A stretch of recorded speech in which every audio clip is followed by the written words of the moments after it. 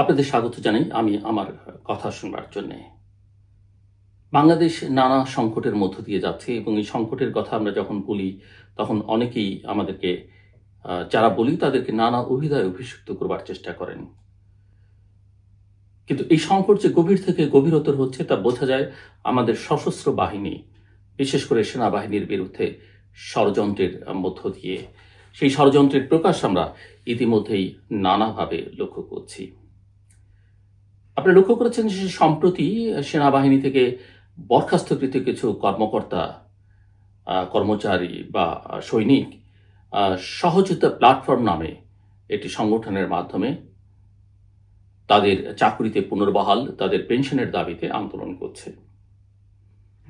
সেনাবাহিনীতে এটা একটা অত্যন্ত পুরনো নিয়ম এবং যারা এইভাবে বরখাস্তকৃত তারা নানা রকমের অপরাধের মধ্যে জড়িত। কেউ অবৈধ বিবাহ করেছেন, কেউ বহু বিবাহ করেছেন, কেউ মাদক ব্যবসার সঙ্গে জড়িত, নানা রকমের কর্ম তারা করেছেন। চাকরিতে নানা ধরনের অন্যায় অনিয়ম করেছেন, কেউ দুর্নীতির সঙ্গে যুক্ত। এবং সেনাবাহিনীর মধ্যে বা সশস্ত্র বাহিনীর মধ্যে একটা যথাযথ তদন্তের মধ্য দিয়ে, বিচারিক প্রক্রিয়ার মধ্য দিয়ে, কোর্ট মার্শালের মধ্য দিয়ে তাদের চাকরিচ্যুত করা হয়েছে। হ্যাঁ, সে বিচারিক প্রক্রিয়ার মধ্যে সমস্যা থাকতে পারে কারো কারো বিরুদ্ধে, কিন্তু সেই সমস্যাকে মোকাবেলা করবার জন্যে ওই সিস্টেমের মধ্যেই কিন্তু ব্যবস্থা আছে। তারা মার্সি পিটিশন দাখিল করতে পারেন এবং মার্সি পিটিশন দাখিল করে ক্ষমা চাইতে পারেন এবং তাদের চাকরিতে পুনর্বহাল বা পেনশনের দাবি তারা করতে পারেন। কিন্তু সেটা না করে তারা, আমরা লক্ষ্য করছি যে প্রেস ক্লাবের সামনে সহ বিভিন্ন জায়গায়, ক্যান্টনমেন্টের সামনে, এখানে সেখানে তারা নানা ধরনের কর্মসূচি দিচ্ছেন। এটা বাংলাদেশে অনেকদিন পর একটা নতুন ঘটনা বলা যেতে পারে। এবং আমরা লক্ষ্য করছি যে এদেরকে প্রকাশ্যে অপ্রকাশ্যে যারা ইন্ধন দিচ্ছেন তাদের মধ্যে সেনাবাহিনীর কিছু অবসরপ্রাপ্ত কর্মকর্তা রয়েছেন, জেসি রয়েছেন, তাদেরকে পেছনে কিছু অনলাইন অ্যাক্টিভিস্ট আছেন, বিদেশে থাকা দেশীয় কিছু সাংবাদিক আছেন, কিছু কিছু রাজনৈতিক দলও তাদের রাজনৈতিক হীন স্বার্থ সিদ্ধির জন্য এই কাজটি করছেন। এবং এটা করে আসলে আমাদের সেনাবাহিনীকে বিতর্কিত করবার, সশস্ত্র বাহিনীকে বিতর্কিত করবার চেষ্টা করা হচ্ছে।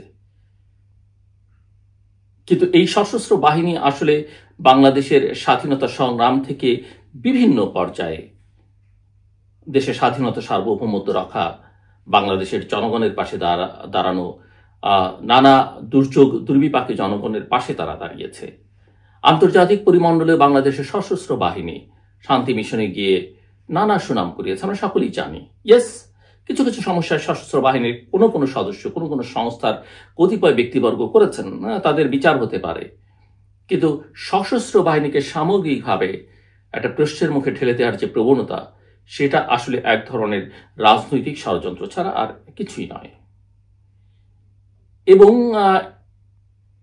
এটা আমাদের মাথায় রাখতে হবে। আমরা নিকট অতীতেও যদি তাকাই তাহলে জুলাই অগস্টের যে অভ্যুত্থান, এই অভ্যুত্থানের ৩রা অগস্ট থেকে যদি সেনাবাহিনী বা তারও খানিকটা আগে থেকে যদি সেনাবাহিনী নিজেদেরকে নিবৃত্ত না করত, সরকারের কমান্ড যদি অস্বীকার না করত এবং জনগণের পাশে না দাঁড়াতো, পরিস্থিতি হয়তো ভিন্ন রকম হতে পারত। যদিও একথা সত্য যে জুলাই অগস্টের অভ্যুত্থানের পরে যে জন আকাঙ্ক্ষা, সেই জন আকাঙ্ক্ষা থেকে বাংলাদেশ এখন অনেক দূরে, বরং কিছুটা বিভ্রান্তির চোরাগুলিতে বাংলাদেশ ঢুকে পড়ছে। এবং এখানে বাংলাদেশকে বিপদমুক্ত করবার জন্য উপায় হচ্ছে বাংলাদেশের গণতান্ত্রিক প্রক্রিয়া উত্তরণ। বাংলাদেশ দীর্ঘদিন গণতন্ত্রের নামে স্বেচ্ছাচারিতা দেখেছে, কর্তৃত্বপরায়ণ শাসন দেখেছে, এখন আয়কতন্ত্র দেখেছে, স্বৈরাচারিত্ব দেখেছে। সেখান থেকে বাংলাদেশের মুক্তির কিন্তু একটাই উপায় ছিল, সেটা হচ্ছে গণতান্ত্রিক প্রক্রিয়া উত্তরণ। এবং সেটা হতে পারে একটা অবাধ, সুষ্ঠু, গ্রহণযোগ্য নির্বাচনের মধ্য দিয়ে। বাংলাদেশের সাধারণ মানুষ, বাংলাদেশের বিভিন্ন মহল সবসময় আমাদের সেনাবাহিনীকে দেশপ্রেমিক সেনাবাহিনী বলে। যদি আমি মনে করি না একথা বলবার কোনো দরকার আছে, যে সেনাবাহিনী তো দেশপ্রেম থাকেই। দেশপ্রেম না থাকলে যারা অস্ত্র হাতে দেশের জন্য জীবন দেয়, দেশপ্রেম না থাকলে তো সেটা সম্ভব নয়। কিন্তু এটা বিশেষভাবে বলবার দরকার পড়ে না। কিন্তু মানুষ ভালোবেসে সেনাবাহিনীকে একথা সব সময় বলেছে। হ্যাঁ, সেনাবাহিনীর কোনো সংস্থা নিয়ে প্রশ্ন আছে, সেগুলো তদন্ত হতে পারে দোষী ব্যক্তিদের, কিন্তু প্রতিষ্ঠানকে প্রশ্নবিদ্ধ করা, সংস্থাকে প্রশ্নবিদ্ধ করবার কোনো যৌক্তিকতা আছে বলে মনে হয় না। অনেকে বলছেন যে এই গোয়েন্দা সংস্থা তুলে দিতে হবে, ওটাকে বাতিল করতে হবে। এগুলো তো দেশের স্বার্থেই দরকার, অস্বীকার করবার কোনো সুযোগ নেই, সারা পৃথিবীতে সব দেশে আছে। সো আমি যেটা বলতে চাইছি যে বাংলাদেশকে ঘিরে একটা গভীর ষড়যন্ত্র চলছে। এই গভীর ষড়যন্ত্র হচ্ছে বাংলাদেশকে আদর্শিকভাবে, নানাভাবে, রাজনৈতিকভাবে, অর্থনৈতিকভাবে বাংলাদেশকে বিপদগ্রস্ত করা, ভিন্ন পথে পরিচালিত করা। এবং এর মধ্যে সরকারের সংশ্লিষ্ট কতিপয় ব্যক্তিবর্গ ঢুকে পড়েছেন এবং সরকার প্রধান নিজে বুঝে হোক বা না বুঝে হোক এই প্রক্রিয়াকে আশ্রয় প্রশ্রয় দিচ্ছেন বলে নানা মহল থেকে অভিযোগ আছে।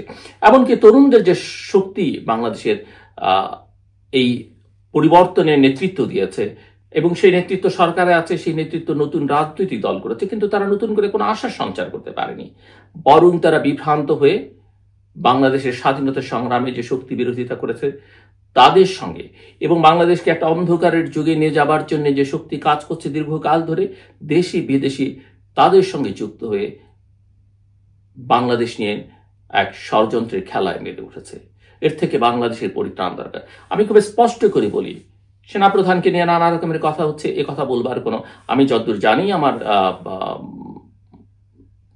তথ্য উপাত্ত যে আমার কাছে আছে তাতে সেনাবাহিনী ঐক্যবদ্ধ, সশস্ত্র বাহিনী অর্থাৎ 3 বাহিনী, সেনাবাহিনী, নৌবাহিনী, বিমান বাহিনী ঐক্যবদ্ধ।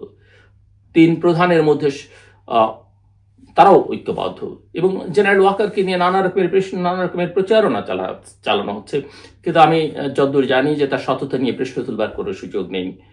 তিনি শেখ হাসিনার আত্মীয় ছিলেন, কিন্তু আত্মীয় হয়ে অনাত্মীয়রাও যে কাজ করতে পারেন, আত্মীয় হয়ে তিনি সে কাজ করেছেন। তিনি জনগণের পক্ষে দাঁড়িয়েছেন এবং নিঃসন্দেহে বাংলাদেশ হয়তো অনেকেই বলবেন যে এর সেনাবাহিনী ওটা করছে না, কিন্তু একথাও তো আমরা দেখতে পাচ্ছি, এটা দৃশ্যমান যে সেনাবাহিনীর সঙ্গে সরকারের সম্পর্কটা খুব একটা ভালো নয় এই কারণেই যে সরকার যে জায়গায় বাংলাদেশকে নিয়ে যেতে চাইছে বলে অনেকের ধারণা, বা সরকারের ভেতরকার কিছু গোষ্ঠী এবং বাইরে থেকে তাদের প্রণোদনা বা তাদেরকে উন্মাদনা যোগাবার যে শক্তি কাজ করছে, সেই শক্তি আসলে সেনাবাহিনীর সঙ্গে সম্পর্কটা ভালো সরকারের সেটা চায় না বলেই তারা নানা রকমের আঞ্চলিক যে সমস্যাগুলো আছে সেই সমস্যার মধ্যে জড়িয়ে পড়ে বাংলাদেশের স্বাধীনতা এবং সার্বভৌমত্বকে প্রশ্নের মুখে ঠেলে দিতে চাইছে, এবং যেখানে সেনাবাহিনী বা সশস্ত্র বাহিনীর কোনো সায় আছে বলে আমার কাছে মনে হয় না।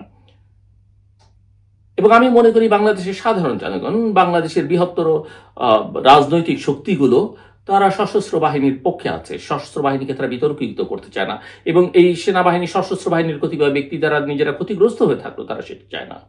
এমনকি আন্তর্জাতিক যে শক্তিগুলো ম্যাটার করে বলে আমার কাছে মনে হয়, আঞ্চলিক যে শক্তিগুলো অত্যন্ত গুরুত্বপূর্ণ বাংলাদেশের স্বাধীনতা, সার্বভৌমত্ব, গণতান্ত্রিক উন্নয়ন প্রক্রিয়ার জন্য, তারাও বাংলাদেশের সশস্ত্র বাহিনীকে চোখ বন্ধ করেই কিন্তু এক ধরনের সমর্থন দিচ্ছেন এবং সে সমর্থন সেনাপ্রধানের প্রতি আছে। সেটি সাম্প্রতিককালে সেনাপ্রধানের সঙ্গে কারা দেখা করছেন, কারা কথা বলছেন, তা থেকে সেটা বুঝতে ন্যূনতম জ্ঞান আছে যাদের, তাদের বাকি থাকবার কথা নয়, সেটা বুঝতে খুব অসুবিধা হওয়ার কথা নয়। কিন্তু আমি স্পষ্ট করে বলতে চাই, সরকার একটা ভুল পথে হাঁটছে এবং সরকার ক্রমশ প্রতিনিয়ত জনগণ থেকে বিচ্ছিন্ন হয়ে যাচ্ছে এবং এই বিচ্ছিন্নতা কাটিয়ে উঠবার একটাই মাত্র পথ। বিচ্ছিন্নতা তারা কাটিয়ে উঠতে পারবেন বলে আমার মনে হয় না, পারবেন কিনা আমি জানি না, কিন্তু এটা আমি নিশ্চিত করে বলতে পারি যে বাংলাদেশ যে পথে তারা নিয়ে যাচ্ছেন সেই পথ অন্ধকারময় এবং বাংলাদেশের রাজনৈতিক অর্থনৈতিক উন্নয়ন প্রক্রিয়ায় সেই পথ কোনোভাবেই কাঙ্ক্ষিত নয় এবং বাংলাদেশের জনগণ সেই পথে হাঁটবে না। বাংলাদেশের প্রধান রাজনৈতিক শক্তিগুলো সেই পথে হাঁটবে না। যারা নিজেদেরকে জুলাই আগস্টের পট পরিবর্তনের পরে প্রধান শক্তি, নিয়ামক শক্তি হিসেবে ভাবছেন, তাদের আসলে জনগণের সঙ্গে কোনো সম্পর্ক নেই। তারা নিজেদেরকে ষড়যন্ত্রের একটা শক্তি বা একটা ছোট্ট প্ল্যাটফর্ম হিসেবে, একাধিক প্ল্যাটফর্ম হিসেবে ভাবতে পারেন, কিন্তু মনে রাখতে হবে যে বাংলাদেশের জনগণ রক্ত দিয়ে এই দেশ স্বাধীন করেছে। বাংলাদেশের জনগণ নানা পর্যায়ে, ইতিহাসের নানা পর্যায়ে বুকের রক্ত দিয়ে গণতান্ত্রিক প্রক্রিয়াকে এগিয়ে নেবার চেষ্টা করছে, গণতন্ত্রের পক্ষে দাঁড়িয়েছে এবং সেখানে কোন রকমের ষড়যন্ত্র, কোন রকমের অন্যায়, অবিচার, কোন রকমের ভুল দিক নির্দেশনা যেই হন না কেন, মানুষ সেটা পছন্দ করবে না। ইতিহাসের কোনো পর্যায়ে কেউ হয়তো গুরুত্বপূর্ণ অবদান রাখেন, কিন্তু পরবর্তীতে দেখা যায় যে তারা ইতিহাসের সেই গৌরবজনক অধ্যায়ের সঙ্গে বিশ্বাসঘাতকতা করেন। এরকম অনেকই আমরা এখন নানা পর্যায়ে দেখতে পাচ্ছি। মনে রাখতে হবে বাংলাদেশের জন্ম হয়েছিল গণতন্ত্রের জন্য। মনে রাখতে হবে আমরা আমাদের পূর্বসূরীরা একটা বৈষম্যহীন সমাজ চেয়েছে, যেখানে সামাজিক ন্যায় বিচার থাকবে এবং মানবিক মর্যাদা থাকবে। এবং অবশ্যই বাংলাদেশের জনগণ, বাংলাদেশের গণতান্ত্রিক শক্তিসমূহ এবং আমাদের সশস্ত্র বাহিনী বাংলাদেশের জনগণের সেই 1971 বা তারও পূর্বকাল থেকে এবং স্বাধীনোত্তর বাংলাদেশে যে আকাঙ্ক্ষা মানুষ ধারণ করে, সেই আকাঙ্ক্ষার পক্ষে থাকবে। এবং যারা এই লড়াইয়ে সামনের সারিতে থাকবেন, যারা এই লড়াইয়ে নানাভাবে যোদ্ধা হিসেবে আবির্ভূত হবেন, বাংলাদেশের জনগণের আশীর্বাদ এবং সমর্থন তাদের প্রতি থাকবে। কাজে আমি অনুরোধ করব, যারা চেষ্টা করছেন আমাদের সশস্ত্র বাহিনীকে বিতর্কিত করবার, সশস্ত্র বাহিনীর নেতৃত্বকে প্রশ্নবিদ্ধ করবার, তারা ভুল পথে হাঁটছেন। আপনাদের ইচ্ছে পূরণ হবে এটা মনে করবার কোনো কারণ নেই। সময় শেষ হয়ে যাচ্ছে, ফুরিয়ে যাচ্ছে। নিজেদের সম্মান রক্ষা করবার জন্য আমরা জানি সরকারের প্রধান আন্তর্জাতিকভাবে অত্যন্ত সম্মানিত এবং সমাদৃত ব্যক্তি, এবং সরকারে যারা আছেন তাদেরও সামাজিক কিছু পরিচয় আছে, সম্মান রয়েছে। আপনারা নিজেদের সম্মান ক্ষুণ্ণ করবেন না, নিজেদেরকে বিতর্কিত করবেন না। প্রফেসর ইউনূস নিঃসন্দেহে আমাদের গৌরব, কিন্তু সেটা তাকে মাথায় রাখতে হবে যে তিনি কোনো কেজের মধ্যে ঢুকে পড়েছেন কিনা, তিনি কি তাকে কেউ বিভ্রান্ত করছে কিনা, ব্যবহার করছেন কিনা, অথবা অনেকে যেটা বলেন, আমি সেটা বলতে চাই না, যে তিনি নিজেই হয়তো এগুলো চান। কিন্তু মনে রাখতে হবে, নোবেল বা আন্তর্জাতিক সম্মান সবসময় যে পার্মানেন্ট এটা বলবার কোনো সুযোগ নেই। অং সান সুচির দিকে তাকান না কেন, প্রফেসর ইউনূস যতগুলো অ্যাওয়ার্ড পেয়েছেন, সুচিও ততগুলো অ্যাওয়ার্ড পেয়েছে। হয়তো প্রফেসর ইউনূসের মতো তিনি ভাইব্রেন্ট ছিলেন না, এবং তিনি পশ্চিমাদের অত্যন্ত পছন্দের ছিলেন, কিন্তু তাকে তাদের ছুঁড়ে ফেলে দিতে বিন্দুমাত্র সময় লাগেনি, যখন তিনি জনগণের পক্ষে, ন্যায়ের পক্ষে দাঁড়াননি। আমরা আশা করব সকলের শুভবুদ্ধির উদয় হবে, এবং সব কথা শেষ কথা, সেনাবাহিনীকে এবং সশস্ত্র বাহিনীকে বিতর্কিত করবার কোনো সুযোগ নেই, প্রশ্নের মুখে ফেলবার কোনো সুযোগ নেই, এবং এই নেতৃত্বকে নিয়ে সন্দেহ করবার আপাতত কোনো সুযোগ আছে বলে আমার কিছু মনে হয় না। শেষ করবার আগে বলি, মানুষকে সম্মান করতে শিখুন। ধর্মের কথা বলে, স্রষ্টার কথা বলে মানুষকে অসম্মান করবেন, মানুষের শক্তিকে অশ্রদ্ধা করবেন, মানুষকে কষ্ট দেবেন, সেটা কিন্তু হয় না।